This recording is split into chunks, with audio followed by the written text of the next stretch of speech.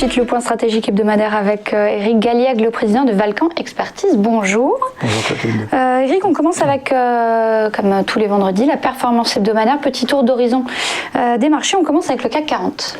CAC 40 plus 1%, donc une légère hausse, surtout par rapport à une légère baisse donc, des indices américains. On est toujours dans une volatilité relativement limitée, proche des plus hauts de l'année ou des plus hauts historiques des deux côtés de l'Atlantique, avec cette semaine donc une baisse de 1%, d'un petit pourcent de l'euro contre le dollar. Les nouvelles économiques et celles des entreprises avec 4 événements que vous avez sélectionnés. On commence avec les bons résultats des entreprises européennes. C'est la saison des bénéfices, comme on dit. Elle est particulière puisqu'il s'agit des bénéfices annuels en plus du bénéfice du quatrième trimestre de l'année dernière. On le suit plus particulièrement puisqu'on a retrouvé une forme de normalité dans l'activité économique générale, même si la fin du quatrième trimestre a été compliquée par la résurgence de l'épidémie. Mais globalement, on a vraiment beaucoup d'entreprises qui publient des résultats supérieurs aux attentes. Et comme le montre le graphique projeté, des anticipations pour l'année 2020 qui ont été révisées en hausse d'une façon importante depuis quelques mois, ce qui montre bien que finalement les effets négatifs de la crise sanitaire sur les comptes des entreprises ont probablement été surestimés.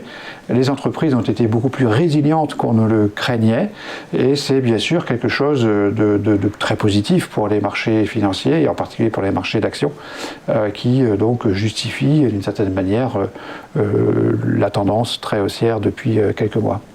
Vous vouliez parler également, Eric, de la forte hausse d'un indice bien particulier.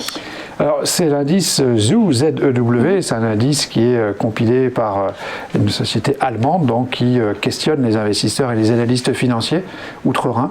C'est un indice qui a, comme beaucoup d'indices, plusieurs composantes, une composante anticipation et une composante conditions actuelles sur le présent. Donc on demande aux investisseurs et aux analystes, finalement, que pensez-vous du futur et comment ressentez-vous le présent. Et cet indice a été publié en très forte hausse, donc à 71,2, un indice de 71,2 contre 61,8 le mois précédent, et surtout donc considérablement plus élevé que les anticipations des analystes qui attendaient 59,6. On le voit sur le graphique, on est quasiment au plus haut depuis 10 ans et au plus haut historique en fait sur cet indice des anticipations. Alors que l'indice donc de la perception de la réalité est beaucoup plus faible, voire même au plus bas depuis 10 ans. Donc on a vraiment un écart considérable entre les anticipations et la réalité, ce qui nous fait penser qu'on doit avoir une amélioration et qu'on va avoir une amélioration considérable des conditions économiques et financières en Allemagne dans les mois qui viennent. C'est bien sûr plutôt favorable pour la suite de l'année 2021. Autre bonne nouvelle, l'économie européenne qui s'adapte au virus. Oui, à nouveau au plan économique, on a le sentiment sur les dernières publications faites par Eurostat sur l'année 2020 à nouveau que la baisse de PIB a été beaucoup moins importante que ce que l'on a pu craindre, notamment en France. On avait publié du 8,3 de baisse au lieu de 9 ou 10 ou 11 parfois anticipé dans le courant de l'année dernière. On a vu ça aussi aux États-Unis avec une baisse de PIB qui a finalement été limitée à entre 3 et 3,5%, ce qui est quand même relativement faible en quelque sorte par rapport à ce qu'on avait pu imaginer donc, au cours de l'année dernière. Donc c'est à nouveau aussi plutôt une bonne nouvelle donc, du point de vue de l'analyse et de la notation de l'actualité. Et enfin, autre information, la hausse des taux qui s'accélère. Oui, alors c'est un peu la contrepartie d'une amélioration conjoncturelle. Alors, on l'a noté négativement cette semaine. De notre point de vue, c'est une évolution naturelle, normale, voire souhaitable, qui a donc une contrepartie négative, puisque quand les taux d'intérêt montent, c'est forcément quelque chose qui est mal perçu par les marchés financiers en général. Les taux 10 ans américains ont dépassé 1,3%. Ils ont touché un point bas historique à 0,5% en août dernier. Ils sont passés par 0,9% à la fin de l'année 2020. On a donc une hausse très très claire de ces taux d'intérêt qui vont probablement remonter jusqu'à 1,5%, 1,6%, qui était le niveau d'avant la crise. Car si on revient au niveau d'avant la crise, il est normal que les taux reviennent à des niveaux plus normaux.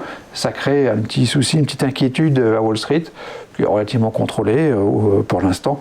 Tant qu'on revient à 1,5, 1,6, je pense qu'il n'y a pas de problème majeur, si ce n'est une simple consolidation sur le marché, qui serait probablement la bienvenue. Synthèse donc de ces informations, Eric, et une bonne note cette semaine. Une bonne note qui est liée aux bonnes nouvelles sur le front, je dirais, de la croissance, que ce soit la croissance économique, la croissance des bénéfices des entreprises.